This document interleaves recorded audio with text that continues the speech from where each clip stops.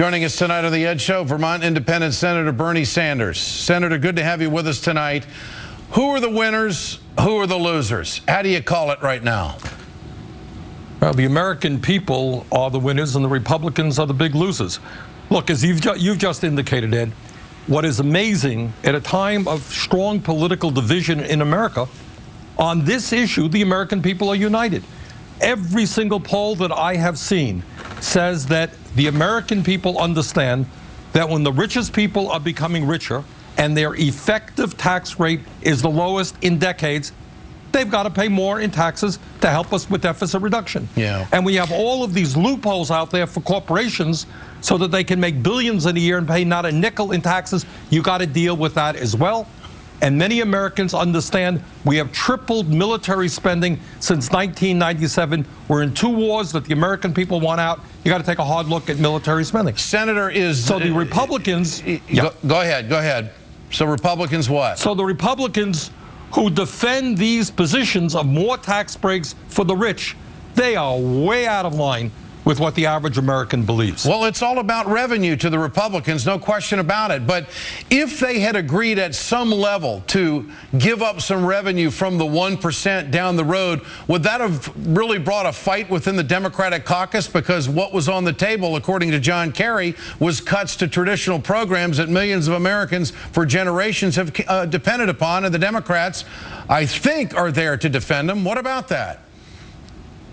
Well, I think you're right. It would have brought about an internal debate within the Democratic caucus. My view has been Social Security has not contributed 1 nickel to the deficit because it's paid for by the payroll tax, has $2.5 trillion surplus.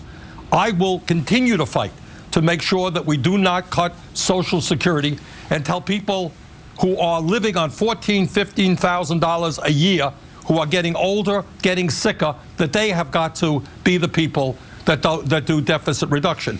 When you got 50 million Americans, Ed, who are uninsured today, medically uninsured, you don't cut Medicaid or Medicare. There are a number of us who believe that and will defend those programs. So it seems to me that this was a discussion that the Democrats were willing to have at a later date, but they just wanted to prove the American people there's no way Republicans are ever going to serve up any more revenue from the 1 or 2% to try to fix our financial problems in this country. What about that? Well, I'll tell you frankly, Ed, if I were a Republican, I would not be a happy camper having to go back to my state or my district and say, look, yeah, I'm in favor of cutting Social Security, Medicare, and Medicaid, but you know what? I want to give more tax breaks to billionaires. I want to protect corporate loopholes for large corporations. And you know what? Maybe we should spend more money on the military. That is not a position that I would like to defend, because I think the vast majority of the people in this country disagree with those ideas. How do you think Senate Majority Leader Harry Reid has played all of this? Has he proven his worth in gold by putting Democrats on the super committee that just would not cave on the big 3?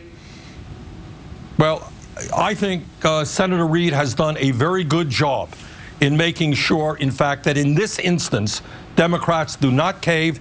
They protect the needs of the middle class and working class of this country.